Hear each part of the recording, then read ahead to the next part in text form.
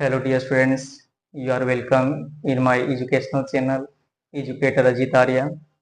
Dear students, today I want to you all subscribe my channel and you can study yourself from my channel.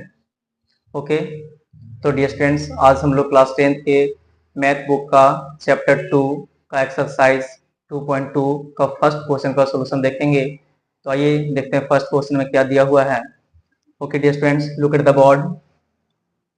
Exercise 2.2 question first है, निम्न द्विघात बहुपदों के शून्यक ज्ञात कीजिए और शून्यकों तथा गुणांकों के बीच के संबंध की सत्यता की जांच कीजिए। तो डियर स्टूडेंट्स, इस क्वेश्चन में जो दिया हुआ है सबसे पहले उस चीज को समझना होगा कि हमें क्या फाइंड करना है। तो द्विघात बहुपद दिया रहेगा डियर स्टूडेंट्स, उसमें आपको शून्यक ज्ञात करना है। तो शून्यक ज्ञात करना है तो सबसे पहले शून्यक को समझना होगा। तो शून्यक आप देख सकते हैं डियर स्टूडेंट्स कि जो शून्यक होता है एक होता है अल्फा और एक होता है बीटा।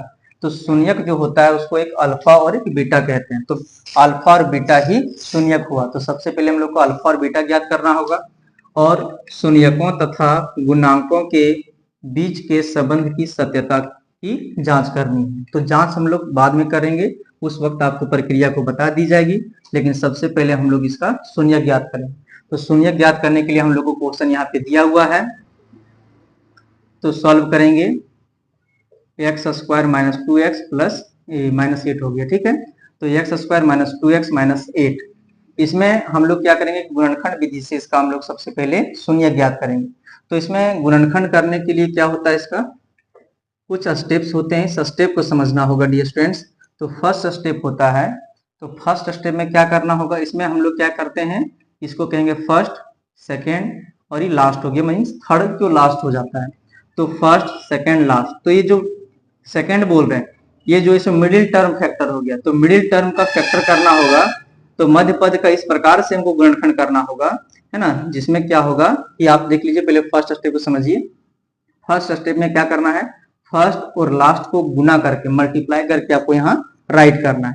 तो इसके साथ साथ साइन को भी मल्टीप्लाई करना है। तो इसके सामने प्लस है, यहाँ माइनस है, गुना करेंगे तो क्या हो गया माइनस, और 8 को एक्स स्क्वायर से मल्टीप्लाई करेंगे तो 8x स्क्वायर। ओके, ये फर्स्ट स्टेप हो गया।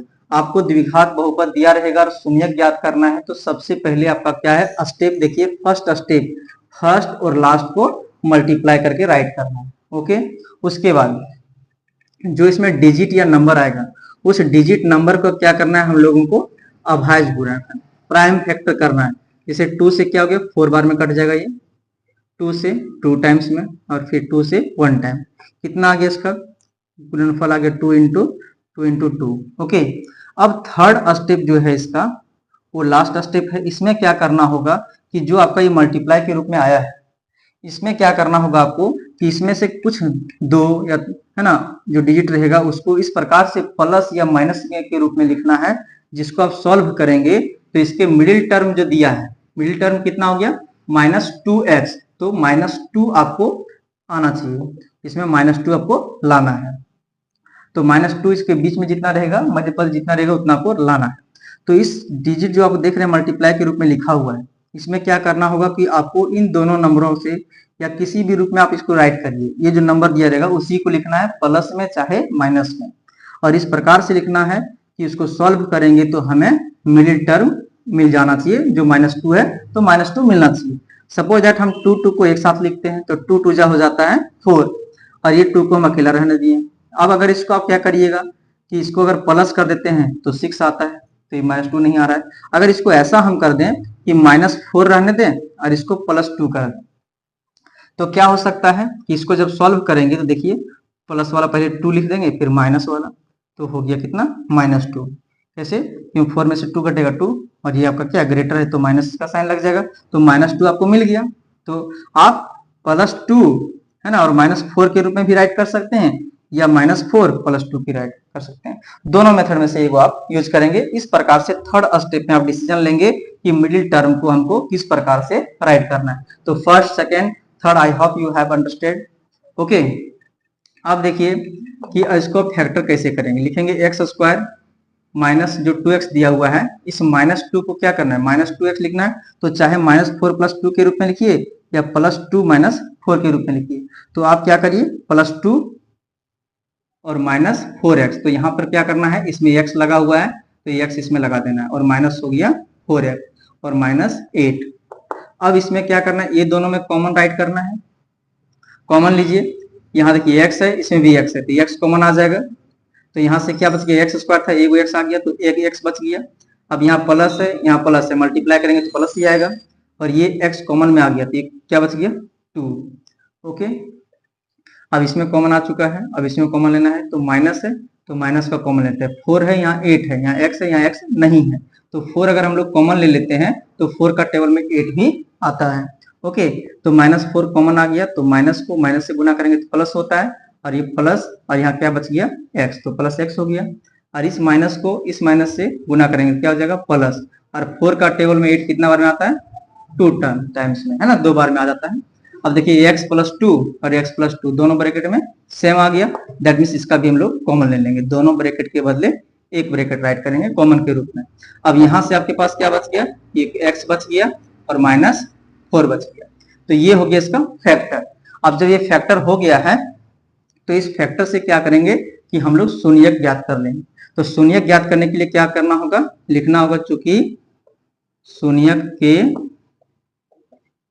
शर्त से, तो शून्यक के शर्त से क्या होगा, ये जो फैक्टर आपका आया है इसको एक बार बराबर 0 के कर देंगे और इसको एक बार बराबर 0 कर देंगे। जैसे x + 2 = 0, तो यहां से क्या हुआ कि x = आ गया, एक ही प्लस में 2 है, राइट साइड जाएगा तो माइनस में 2, इसलिए x = हो गया -2। तो जो ये x आया, जो फर्स्ट में आएगा उसको क्या कह देंगे, अल्फा। तो अल्फा का जो वैल्यू हो गया सो हो गया -2, यहां से अल्फा मिल गया। अब इसी के राइट साइड में बगल में हम लिख देंगे ये वाला जो दिया है x - 4, इसको भी कर देंगे 0 के बराबर। तो यहां से क्या हो जाएगा, x = -4 दिया है, राइट साइड भेजेंगे तो +4, इसलिए यहां से भी x आया तो 4 आया। तो इस x को अगर क्या कह देंगे, जैसे अल्फा लिख चुके हैं हम लोग, तो बच गया बीटा, तो बीटा = हो गया 4, है ना। तो यहां से हम लोग राइट कर सकते हैं, अतः शून्यक, है ना, अल्फा = -2 और बीटा = 4, ये हो गया इसका आंसर, शून्य ज्ञात कर दिया। लेकिन शून्य ज्ञात करने के बाद और क्वेश्चन दिया हुआ है कि शून्यकों तथा गुणांकों के बीच के संबंध की सत्यता की जांच करनी है। तो संबंध की सत्यता की जांच करने के लिए हम लोग इसके बगल में बनाएंगे, यहाँ हम लोग राइट कर देंगे जांच, चेक लिख सकते हैं। तो इसमें शून्यकों का और गुणांकों का, शून्यकों का योगफल और शून्यकों का गुणनफल, और दोनों का सत्यता को जांच करना है। तो इसमें से क्या होता है, एक होता है शून्यकों का योगफल, जिसको हम लोग अल्फा प्लस बीटा बोलते हैं। तो अल्फा प्लस बीटा = होता है -b/a। इसमें क्या हो जाता है कि इसको कह सकते हैं शून्यकों का योगफल = है ना, x के गुणांक बटे x² का गुणांक। ये हिंदी में हो गया, लेकिन इसका सिंबल में alpha plus beta = -b/a formula होता है सत्यता की जांच करने के लिए।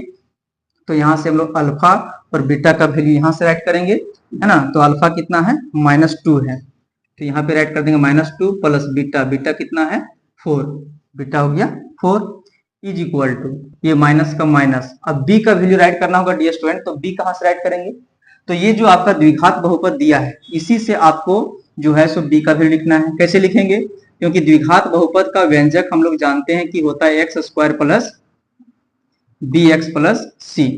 तो इससे हम लोग कंपेयर करेंगे, तुलना करेंगे, और उससे हम लोग b और a का वैल्यू राइट करेंगे। तो b कहाँ से मिलेगा, देखिए x मिल गया, तो b के सामने 2 है, तो 2 किस में है, माइनस में, तो ये माइनस जो हम लोग राइट किए हैं सो फॉर्मूला का, और b का वैल्यू कितना हो गया -2, यहाँ लिख देंगे -2/a। कहाँ है, देखिए a x², तो x² मिल गया, तो a का वैल्यू कितना हो गया 1, तो यहाँ पे a का वैल्यू 1 हो गया।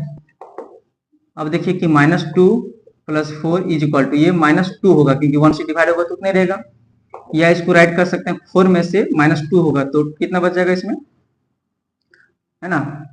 इसका माइनस जो है हम लोग यहाँ पे राइट नहीं किए, क्योंकि b का वैल्यू -2 था, तो माइनस माइनस हो जाएगा प्लस। अब देखिए 4 में से 2 घटेगा कितना आ जाएगा 2 इज इक्वल टू ए हो गया +2, तो दोनों साइड इक्वल हो गया, इसलिए LHS is equal to RHS।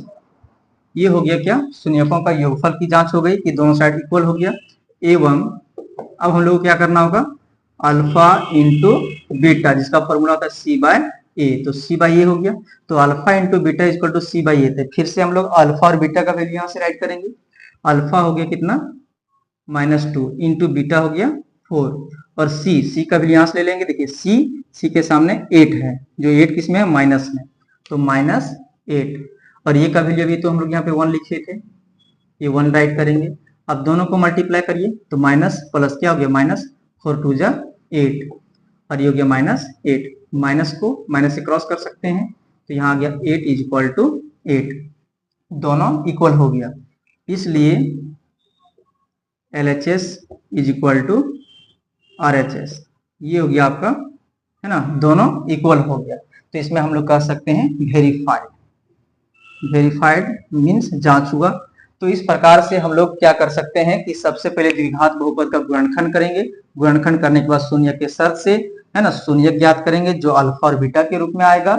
जब अल्फा बीटा के रूप में शून्य फाइंड हो गया है तब जांच करेंगे। जांच करने का फॉर्मूला आप देख सकते हैं, alpha plus beta equal to -b/a। एक बार इस पर सॉल्व करेंगे, और दूसरा हो गया अल्फा इंटू बीटा, है ना, इज इक्वल टू C/A। दोनों पर हम लोग क्या करेंगे, इसका वैल्यू रख करके वेरीफाई करेंगे, जो इक्वल आएगा।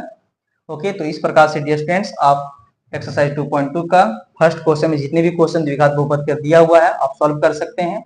Okay, thank you.